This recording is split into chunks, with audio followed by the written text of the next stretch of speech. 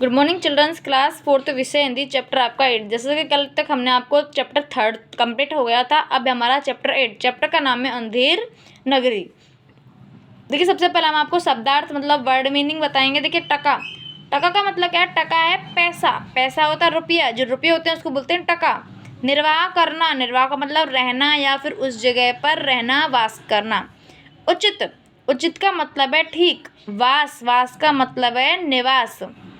अक्ल, अक्ल का मतलब है बुद्धि। मुटियाना, मुटियाना मतलब मोटा होना। कसूर, कसूर का मतलब है दोष या अपराध। मशक, मशक का मतलब है पानी भरने का पात्र। मुसीबत, मुसीबत का मतलब है समस्या। शुभ, शुभ का मतलब है अच्छा समय। खुद, खुद का मतलब है स्वयं। ठीक है चिल्ड्रंस, ये हमारे शब्दार्थ दिए हुए हैं। देखो, अब हम चैप्टर पढ़ेंगे। देखिए, पाठ का परिचय। जिस राज्य का राजा मूर्ख हो और चापलूसों तथा मौका परस्त लोगों पर विश्वास करता हो, वहाँ न्याय व्यवस्था को कल्पना करना भी मूर्खता है। मतलब जहाँ पर क्या है, उस जिस राज्य का जो राजा है वो कैसा है? पागल है। और वहाँ पर इधर उधर के चापलूस हो तो वहाँ पर न्याय नहीं हो सकता। ऐसी स्थिति में वहाँ रहना बहुत कठिन होता है। वहाँ रहते समय हमेशा सावधान रहना चाहिए। अगर हम ऐसी जगह पर हैं तो हमें कैसे रहना चाहिए? सावधान रहना चाहिए। देखिए, अंधेर नगरी, चौपट राजा, टके शेर भाजी, टके शेर खाजा। अंधेर नगरी, अंधेर नगरी है, राजा का नाम है चौपट राजा, टके शेर भाजी। तो 1 रुपये, शेर का मतलब है 1 किलो, टके का मतलब है रुपया, शेर का मतलब है 1 किलो और भाजी का मतलब है सब्जी। तो 1 रुपये किलो सब्जी, टके शेर खाजा। और खाजा का मतलब है फल, सब्जी, फल, मिठाइयाँ, ड्राई फ्रूट्स आगे, मतलब जो किशमिश बादाम वो सभी का खाजा में आते हैं। तो टके शेर भाजी, टके शेर खाजा। तो 1 रुपये किलो के ही सब्जी है और 1 रुपये 1 किलो की ही मिठाइयाँ हैं। तो देखिए, भीड़ भाड़ भरे बाजार से गुजरते एक गुरु और उनके शिष्य के कान में जब यह आवाज़ पड़ी, उनके आश्चर्य का ठिकाना न रहा। एक गुरुजी थे और एक शिष्य थे। जब वो बाजार में जा रहे थे तब उनके कानों में ये आवाज़ पड़ी। कौन सी आवाज़? टके शेर भाजी, टके शेर खाजा।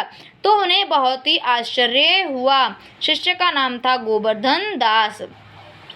उससे न रहा गया। उसने एक दुकानदार से पूछा, भाई ये लोग जो कुछ कह रहे हैं क्या वह सच है? उससे फिर भी रहा नहीं गया। उसने कहा, क्या जो ये कुछ कह रहा है ये सब कुछ सच है?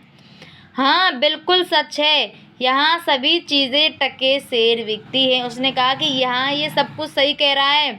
यहाँ सभी चीज़ें 1 रुपये के 1 किलो बिकती है। दुकानदार ने उत्तर दिया। दुकानदार ने जवाब दिया कि जो भी ये कुछ कह रहा है ये सब कुछ सच है।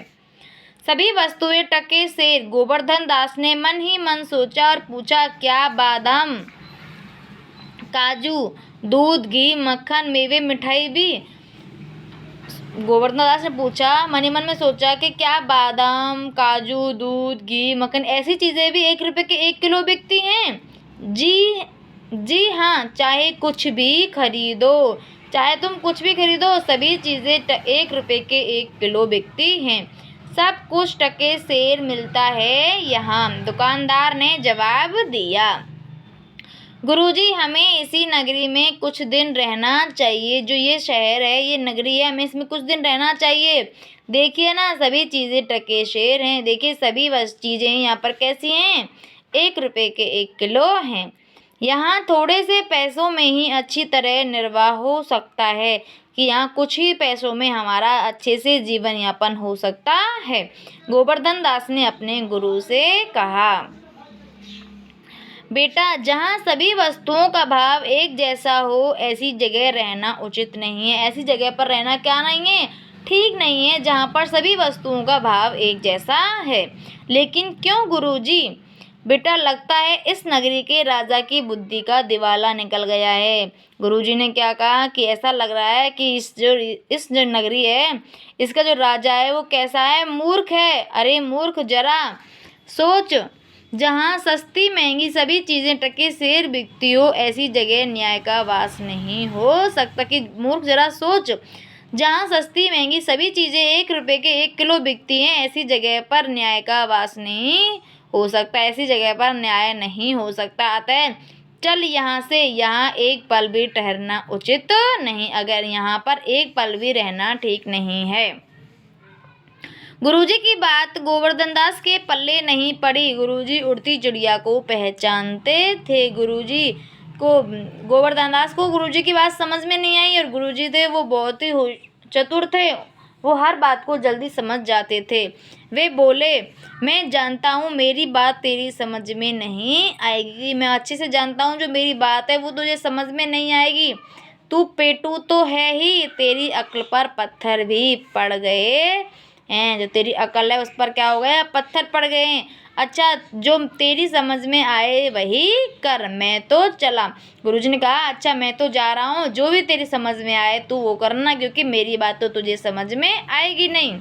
और हाँ, यदि तू किसी मुसीबत में फंस जाए तो अपने इस गुरु को अवश्य याद करना, अगर तुझे कोई भी समस्या आए तो तुम मुझे अवश्य याद करना। इतना कहकर गुरुजी चल दिए। गोवर्धन अंधेर नगरी में चैन की बंसी बजाने लगा, आराम से रहने लगा। सब चीज़ें टके से तो मिलती ही थी। खा खाकर खूब मोटिया गया, खा खाकर खूब मोटा हो गया। कभी कभी उसे अपने गुरु की याद आती तो वह सोचता, गुरुजी भी यहीं रह जाते तो कितना अच्छा होता। वे तो कहते थे कि यह अंधेर नगरी है, यहाँ रहना नहीं है, पर यहाँ तो सब तरह की मौज है। एक दिन गोवर्धन दास ने एक स्थान पर लोगों की भीड़ लगी देखी। उत्सुकतावश वह भी उस ओर गया और भीड़ में खड़े एक व्यक्ति से पूछा, भाई क्या बात है, यह भीड़ क्यों लगी है?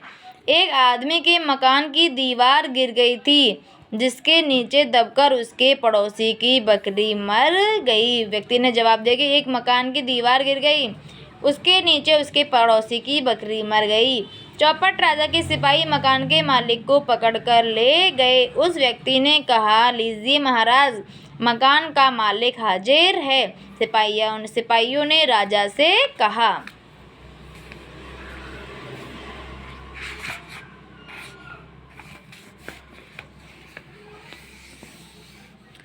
अच्छा, तो तुम ही हो जिसके मकान के नीचे दबकर तुम्हारे पड़ोसी की बकरी मर गई थी? चौपट राजा ने क्रोधपूर्वक पूछा। तुम्हें इसकी सख्त सजा मिलेगी। पर महाराज, इसमें मेरा कोई कसूर नहीं है। तो फिर कसूर किसका है? कसूर उस कारीगर का है जिसने कच्ची दीवार बनाई। तो ठीक है, हम तुम्हें छोड़ते हैं, दीवार को बनाने वाले कारीगर को पेश किया जाए। मकान मालिक ने क्या कहा कि महाराज, इसमें मेरी कोई गलती नहीं है। तो गलती किसकी है? जिसने मकान बनाया था, कारीगर की। थोड़ी ही देर में सिपाही कारीगर को पकड़कर ले आए। कारीगर ने दीवार के गिरने में उस भिस्ती का कसूर बताया जिसने दीवार चिरने में प्रयोग किए जाने वाले मसाले में ज़्यादा पानी मिला दिया। तो कारीगर ने किसका नाम लिया? कारीगर ने भिस्ती का नाम लिया। भिस्ती कौन होता है? जो कारीगर होता है, जो कारीगर के साथ काम करवाता है, मसाला मिलाता है, उसको कहते हैं भिस्ती। तो उसने जो मसाला बनाया था उसमें क्या किया था? ज़्यादा पानी मिला दिया था, इसलिए उसने, कारीगर ने किसका नाम लिया? भिस्ती का नाम लिया। चिल्ड्रंस, आज के लिए इतना ही काफ़ी है। हम नेक्स्ट बाकी का चैप्टर हम आपको कल पढ़ाएंगे, यहाँ से स्टार्ट करेंगे।